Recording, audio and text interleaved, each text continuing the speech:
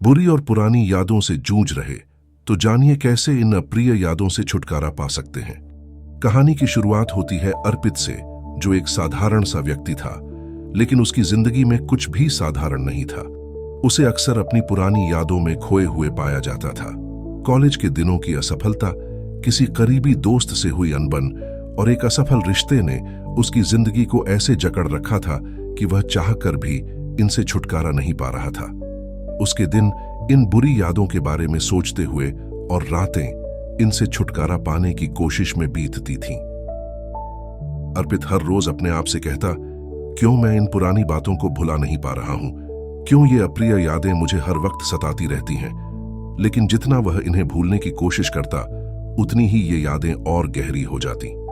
यह एक ऐसा चक्र बन गया था जिससे वह बाहर निकलने की हर कोशिश में और उलझता जा रहा था। एक दिन अर्पित की मुलाकात एक बुजुर्ग विद्वान से हुई, जिनका नाम गुरु वासुदेव था। वे अपनी बुद्धिमानी और शांति के लिए प्रसिद्ध थे। अर्पित ने उनसे अपने दिल का दर्द साझा किया और पूछा, गुरुजी, क्यों ये बुरी यादें मुझे हर वक्त घेरे रहती हैं? मैं कैसे इनसे छुटकारा पा सकता हूं? गुरु वासुदेव ने मुस्कुराते हुए कहा, बेटा, यादें हमारे जीवन का हिस्सा हैं, चाहे वे अच्छी हों या बुरी। बुरी यादें भी हमें सिखाने के लिए होती हैं, पर हम उन पर बार बार सोचकर अपना वर्तमान भी खराब कर लेते हैं। अर्पित ने ध्यान से सुना और पूछा, तो फिर मैं क्या करूं? इन्हें कैसे भूलूं?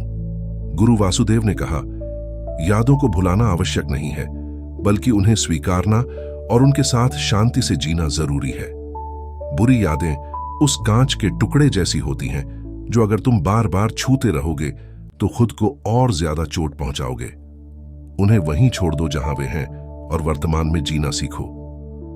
अर्पित ने कुछ समझते हुए कहा, लेकिन गुरुजी, ये कैसे संभव है? मेरा मन खुद ब खुद उन्हीं पुरानी बातों पर चला जाता है। गुरु वासुदेव ने उसे एक उपाय बताया।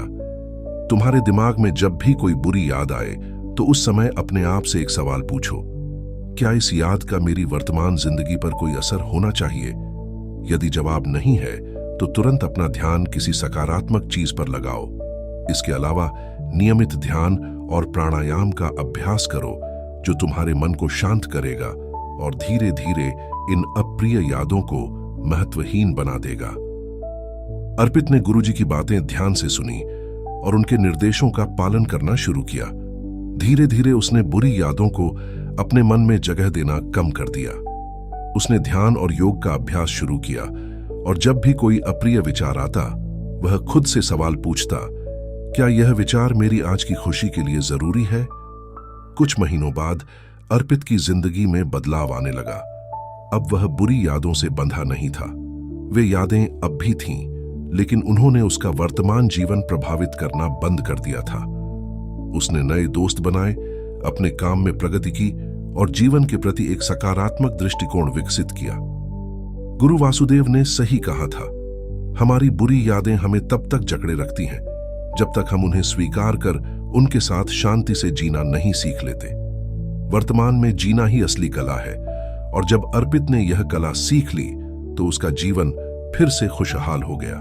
यह कहानी हमें सिखाती है कि बुरी यादों से भागने की बजाय उन्हें स्वीकारना और अपने वर्तमान पर ध्यान देना ही सच्चा समाधान है।